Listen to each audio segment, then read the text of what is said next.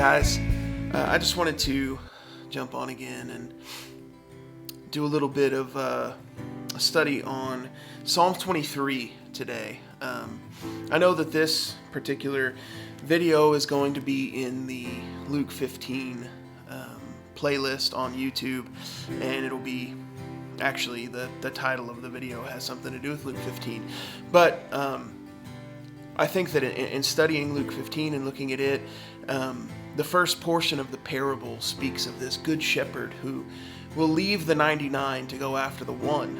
And I think that the 23rd Psalm speaks beautifully, directly towards having this incredible, beautiful shepherd who will lead us and will guide us and will take care of us and do all of these things for us. And I'm going to read the entire psalm, but I want to focus in on one singular verse in this psalm and just talk about what the Lord has kind of been laying upon my heart over the last few weeks and over the last month or so of looking at this and seeing the scripture. So Psalm 23, and I'm reading out of the English Standard Version.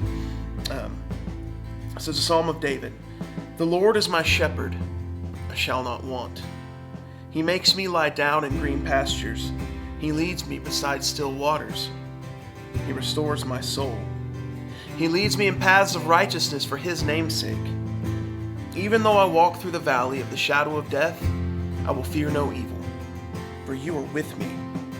Your rod and your staff, they comfort me. You prepare a table before me in the presence of my enemies.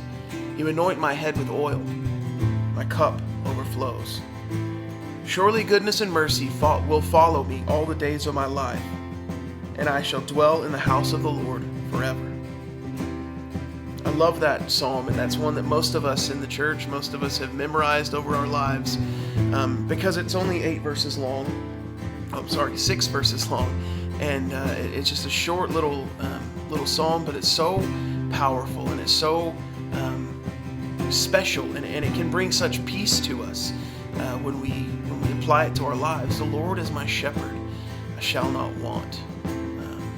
But the verse that I want to focus in on tonight is verse number 6. Surely goodness and mercy shall follow me all the days of my life, and I will dwell in the house of the Lord forever. Goodness and mercy shall follow me all the days of my life.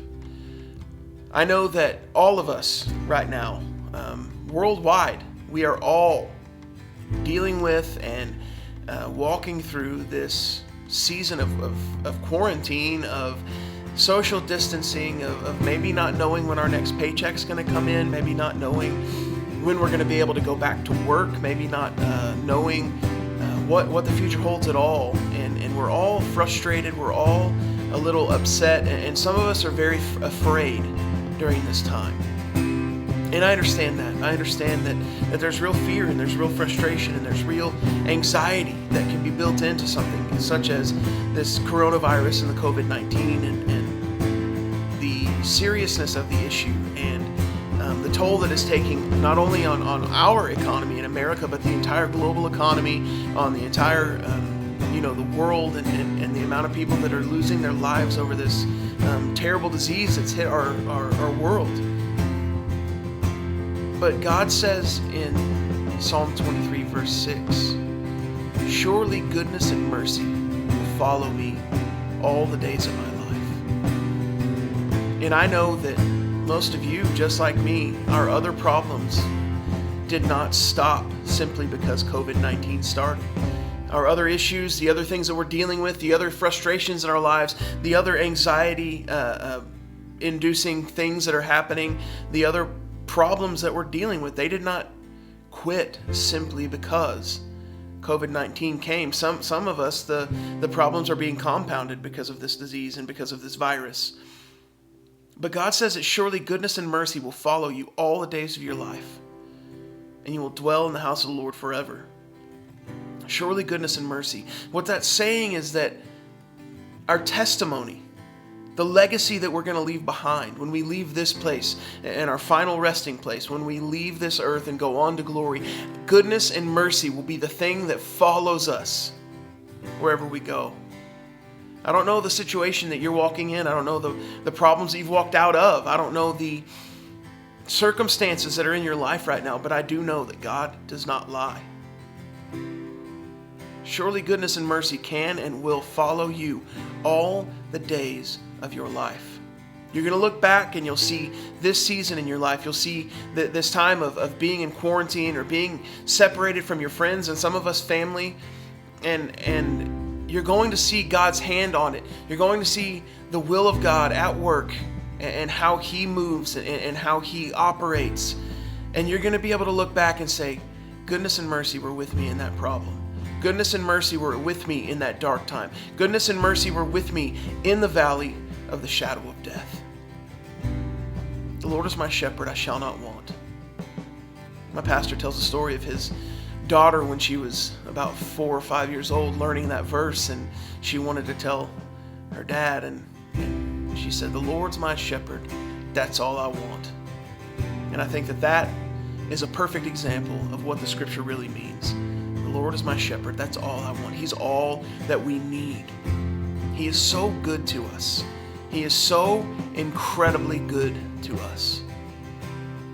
And I know that we have no idea what's going to happen going forward. We have no idea how long it's going to take to get to the other side of this issue and how long it's going to take to get to the other side of this virus in our world. But I do know one thing.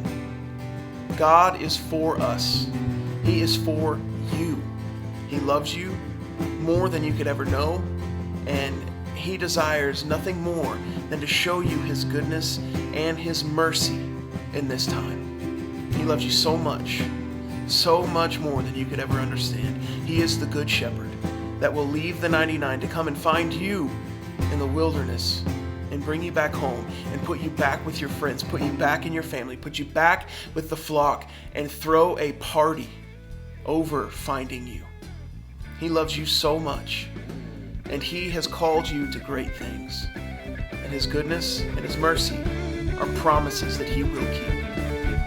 Your best days are not behind you, they are before you. The best is yet to come.